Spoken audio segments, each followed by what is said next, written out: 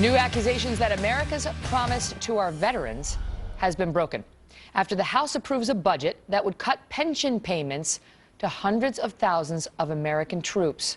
The news upset military spouses, including Babette Maxwell. She is part of a group that's hosting a Twitter town hall tonight at this moment, asking the Senate to reject the pension cuts. They're going to have a vote tomorrow. Just a short time ago, we learned that one senator proposed an amendment that would restore these pensions, but that vote still has to happen. Babette Maxwell's husband is an active-duty naval officer who plans to retire soon after nearly 2 decades serving our country.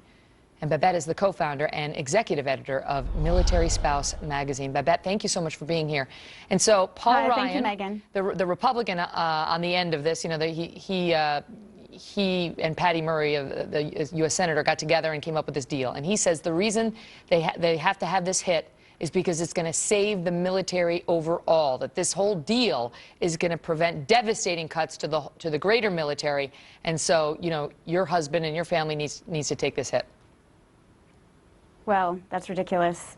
I think we've already taken the hit, as the statistics from this war will show. We have 600,000 retirees that have served in Iraq and Afghanistan that will be impacted by this, not to mention any future active duty that intend to retire. We've lost 5,000 lives, 2.4 million of us have deployed.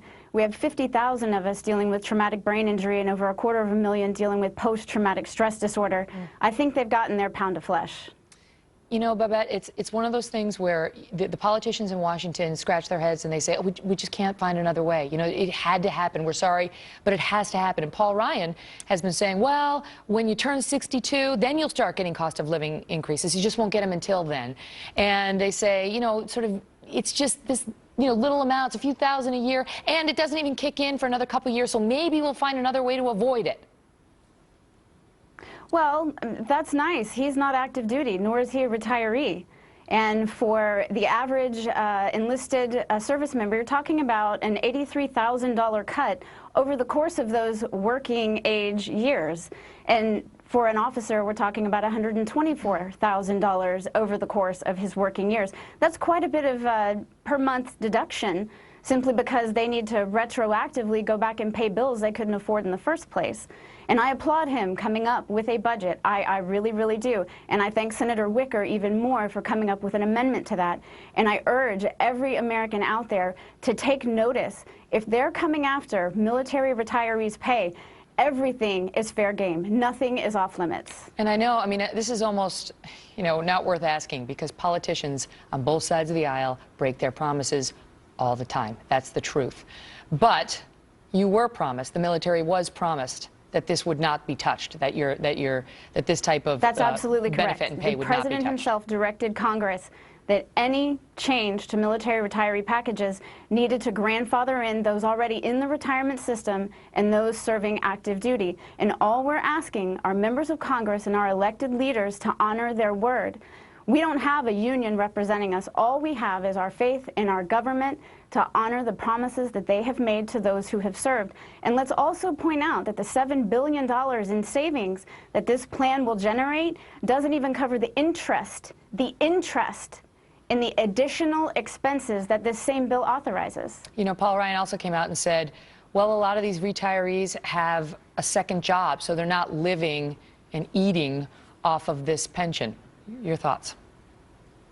Well, I think that that's a case-by-case basis, and it doesn't really matter. The fact remains that these are earned benefits. This is not a social welfare program. These are our earned benefits. We have paid in time and commitment to the military in order to have these earned benefits. These are promises that were made to us. Some of us agreed to stay in the military longer at congressional bidding because the military needed us, and we want them to honor their word, and that's not too much to ask. On the subject of broken promises, you know, I don't mean to suggest it's nothing just because it's done all the time, but what do you think the consequences of this kind of thing will be? I mean, if the military cannot trust the promises being made by our lawmakers, our politicians, our presidents, our congressmen, what is the result of that?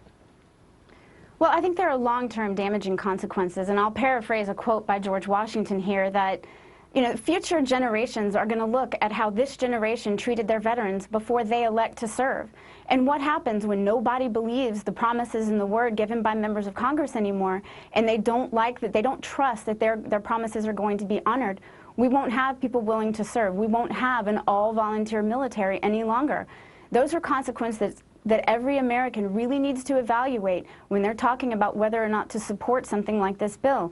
And I urge every American out there to really take a hard look. If they're willing to come after military retirees in such a manner that wasn't necessarily fully disclosed to the American people in time for us to do something and to act on it, really take a look at who's safe. And the answer to that is nobody. And I know you're having a Twitter town hall we are. Right now. What do they need to follow you, or how do they get to you, Babette? The hashtag Keep Your Promise. We've been actively tweeting to our senators and elected officials since last week. Everyone, please participate. Hashtag Keep Your Promise. Thank you. Thank you. Thank you, Megan. Your husband and your family for your service. Thank you. Well, coming up, the jury's still out.